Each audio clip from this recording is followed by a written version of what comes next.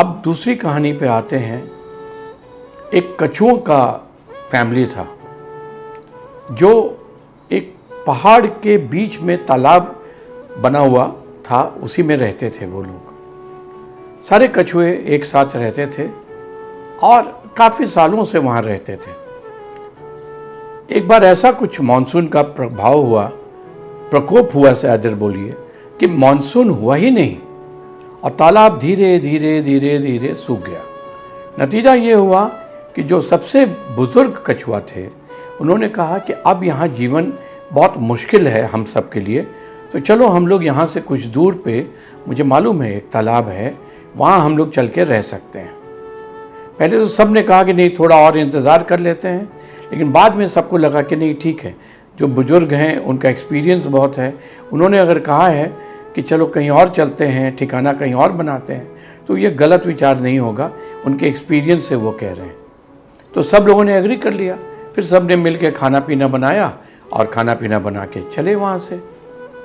अब कछुओं की चाल आप समझ सकते हैं, धीरे धीरे धीरे धीरे उनको 2 दिन लगा, फिर 3 दिन लगा, फिर 4 दिन लगा, 5 दिन, 6 दिन के बाद फाइनली उनको वो तालाब दिखा जहाँ पे पानी था।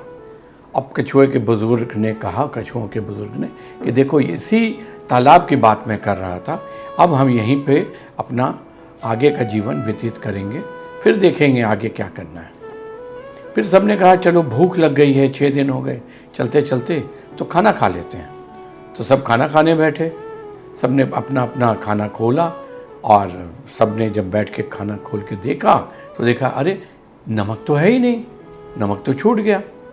अब सबको बहुत अफसोस हुआ, इतने दिन के बाद खाना खाने जा रहे हैं, अब वो भी बिना नमक का खाना हो गया।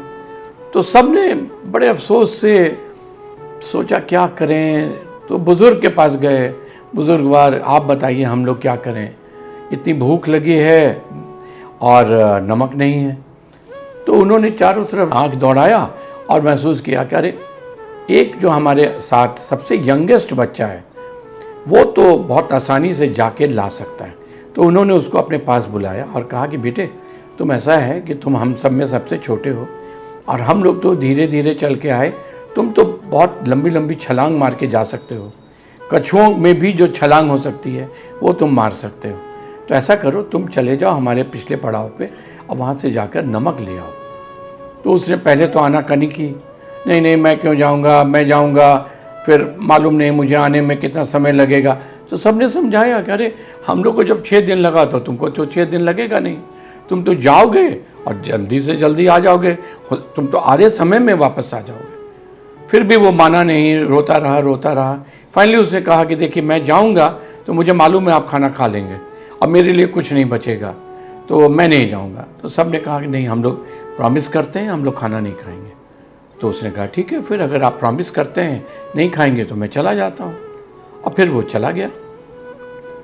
जाने के बाद 1 दिन गुजरा, 2 दिन गुजरा, 3 दिन गुजरा, 4 दिन गुजरा, 5 दिन गुजरा, 6ठा दिन गुजर गया। तब सब ने मिल के बात की कि लगता है जब हम लोग आने में 6 दिन लगा था तो उसको तो इतना समय नहीं लगना था।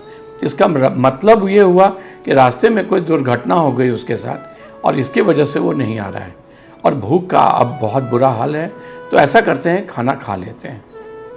और उन लोगों ने फिर निकाला खाना और जैसे ही वो खाने जा रहे थे उनको आवाज़ आई, मैंने कहा था ना मेरे जाने के बाद आप खाना खा लोगे। तो सब ने चौंक के चारों तरफ देखा, अरे ये आवाज़ कहाँ से आ रही है, ये तो छोटे की आवाज़ है। उन्होंने देखा चारों तरफ, तो देखा पेड़ के पीछे वो छोटा खड़ा था, छोटा कछुआ, और उसने वहीं से चिल्ला के कहा, मैंने कहा था ना मैं जाऊंगा तो आप लोग खाना खा लोगे, और देखो मेरी बात सही निकली ना, आप लोग खाना खाने जा रहे थे ना। सबने कहा नहीं, लेकिन ये बताओ कि तुम गए नहीं क्या? तो उसने कहा नहीं, मैं तो यहीं पेड़ के पीछे छुप के देख रहा था, मैं जानता था कि मैं जाऊंगा तो आप लोग खा लोगे, तो मैं इसी दिन के लिए वेट कर रहा था कि आप खाना निकालो और खाना खाओ और मैं आपको बताऊं कि देखो मैं सही था और आप लोग मेरे साथ गलत करने जा रहे थे।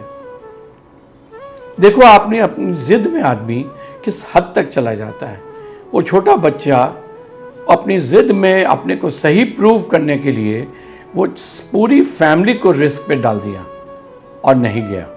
और वहीं इंतज़ार करता रहा इन लोगों के खाना खोल के खाना खाने का। ये एक दूसरी कहानी थी।